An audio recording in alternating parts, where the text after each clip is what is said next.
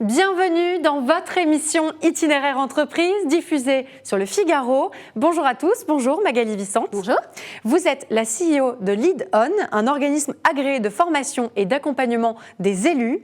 Alors la gouvernance publique représente un véritable enjeu aujourd'hui pour les collectivités. À quelles difficultés majeures est-ce qu'elles sont exposées ? Oui, tout à fait. Gouvernance publique et gouvernance territoriale sont aujourd'hui de véritables enjeux pour les collectivités territoriales. Parce que les élus sont confrontés à des budgets de plus en plus contraints, à une réglementation de plus en plus complexe et qui en plus change très souvent.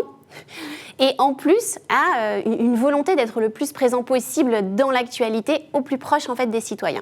Et du coup, face à ça, il y a des enjeux majeurs et des enjeux surtout qui auront des conséquences, on va dire, très importantes sur notre vie au quotidien. Typiquement, il faut avoir aujourd'hui une gouvernance qui prenne en compte les changements climatiques et le développement durable. Donc, comment aujourd'hui on met en place une gouvernance qui respecte en fait ces enjeux, tout en palliant à la volonté très rapide d'avoir concrètement sur le terrain des attentes de la part de citoyens qui soient confortés au regard en fait du programme qu'on aura engagé. Des attentes notamment sur activer la participation citoyenne des habitants sur le terrain, des enjeux de décentralisation. Aujourd'hui, c'est au cœur des sujets. Comment on a une réaction au plus proche des attentes des citoyens et aussi au plus rapide. Donc, il y a un gros enjeu sur cette gouvernance-là. Et puis, une gouvernance qui va traiter aussi d'autres enjeux et typiquement des enjeux de protection des données. Très important, on a des collectivités aujourd'hui qui n'y pensent pas forcément, qui sont victimes de cyberattaques et c'est un sujet d'actualité. Les collectivités ne le prennent en compte que lorsqu'elles y sont confrontées. Or, ça devient de plus en plus impératif de l'anticiper. Donc, on a de plus en plus d'enjeux qui sont impactants pour nos futures générations et que les élus, en fait, doivent en même temps s'approprier et gérer. Et justement, autant de défis que vous vous proposez de relever aux côtés des élus. Votre objectif chez Lead On, au final, c'est de donner les moyens nécessaires aux élus pour agir. Quel est le rôle de l'innovation dans les solutions que vous leur proposez et que vous mettez à leur disposition ? Tout à fait. Alors, l'innovation fait partie de l'ADN de Lead On. J'ai été élue, j'ai été confrontée aux problématiques de formation et j'ai créé Lead On pour répondre à un besoin concret qui était vraiment de la formation qui aujourd'hui est plus sur le conseil, l'accompagnement. On est sur du coaching des fois, parce que les élus attendent de nous qu'on leur donne des clés et des leviers concrets pour qu'ils puissent sur le terrain trouver la solution et ne pas tourner en rond et ne pas rester comme ça sans clé et sans solution. Donc chez Lead On, vraiment l'ADN c'est ok on vous forme mais on va au-delà. Et ça, c'est la partie innovation, on va dire, sur le fond. Maintenant, on a une dimension d'innovation, je pense, sur la forme et je pense qu'il y a très peu d'organismes de formation qui le font. C'est que nous, on a vraiment un caractère humain très proche. On développe le lien et la proximité, en fait, avec nos élus que l'on accompagne. C'est très important pour nous. Pourquoi ? Parce qu'on essaye de donner du sens. L'élu, quand il s'engage, en fait, des fois, il ne sait pas trop pourquoi, en fait, il s'est engagé.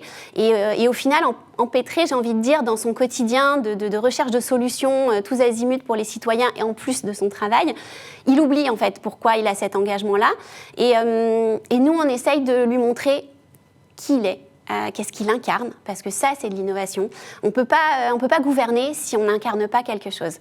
Donc, c'est qui je suis, qu'est-ce que je veux délivrer comme message. Et sans humain, sans lien, tout ça, on ne peut pas l'amener. Et donc, on a tout un panel d'accompagnement qui permet à l'élu de donner du sens à son engagement et quelque part de retrouver un peu sa pleine puissance. Et justement, la richesse de votre accompagnement, elle passe aussi par la diversité des accompagnants, des intervenants et de leur degré d'expérience et d'expertise. Est-ce que ça leur permet d'accompagner au final de manière sur mesure les élus ? Exactement. Une dimension d'innovation, c'est effectivement qu'on fait vraiment du programme sur mesure. Chez nous, vous ne trouverez pas un catalogue, en fait. Ce n'est pas l'idée. On prend le temps systématiquement avec nos élus pour caler les objectifs. Et au regard des objectifs, on va leur dire, OK, vos objectifs, c'est ceux-là. Donc, moi, je vous propose cet accompagnement. Parce qu'il y a des fois, il y a des élus qui vont avoir le réflexe de piocher dans un catalogue et puis vont vouloir faire cette formation. Mais au final... Elle ne leur correspond pas. OK, mais c'est quoi ton objectif final ? Donc, nous, on prend ce temps-là. On n'a pas 2000, 2500 personnes à tout bout de champ, qu'on ne sait pas d'où ils viennent, d'où on ne connaît jamais ni le parcours, ni les intentions. On prend ce temps-là. Et c'est fondamental chez nous. Donc, on fait du parcours sur mesure et on compose avec eux parce que notre objectif, c'est que dans 6 ans, ils soient toujours là et qu'ils le soient de la meilleure façon possible. Alors un exemple très parlant qui mixe un petit peu innovation, diversité des profils et puis accompagnement sur mesure, c'est l'Equi-Coaching. Est-ce que vous pouvez nous en dire un mot? C'est quoi les bienfaits de cette méthode? Alors l'Equi-Coaching, on a systématiquement tout le monde qui nous pose la question parce qu'au final, c'est une activité que personne ne connaît. On aurait tendance à penser qu'on va monter sur le cheval, pas du tout. Ce qu'il faut savoir, c'est que le cheval, c'est le reflet de nous-mêmes à l'instant T. Donc, quand on rentre dans le manège et qu'on est confronté au cheval, c'est qu'est-ce qu'on dégage? Qu'est-ce que ressent le cheval quand on est confronté à lui? C'est comment on le fait avancer sans parler, rien qu'avec notre posture. Et quand on met des élus une journée avec le cheval, c'est du leadership, c'est du management, c'est comment on avance tout seul ou comment on avance ensemble. Mais en tout cas, ce qu'on essaye de donner au cheval, finalement, c'est comme si on travaillait avec un collaborateur. Et au final, en une journée, on a gagné plus d'une semaine de cours de management en bureau qui, à mon sens, aujourd'hui, n'ont plus vocation à exister. Parce qu'il n'y a pas meilleure chose que d'avoir un reflet à l'instant T de ce qu'on est. C'est un peu l'effet miroir. Tout à fait. À titre d'exemple, on a une personne un jour qui est rentrée dans un manège et le cheval est parti. Voilà, il a fui. Là, c'est mauvais signe. Le cheval, en fait, on est tous très impressionnés, mais en fait, le cheval, il a peur de l'humain. On est un ennemi à la base. Voilà. Bien sûr. Et du coup, quand on fait peur au cheval, ça veut dire qu'on fait peur à ses collaborateurs et qu'à ce moment-là, il faut commencer à se poser des questions. L'Equi-Coaching. Et c'est très important.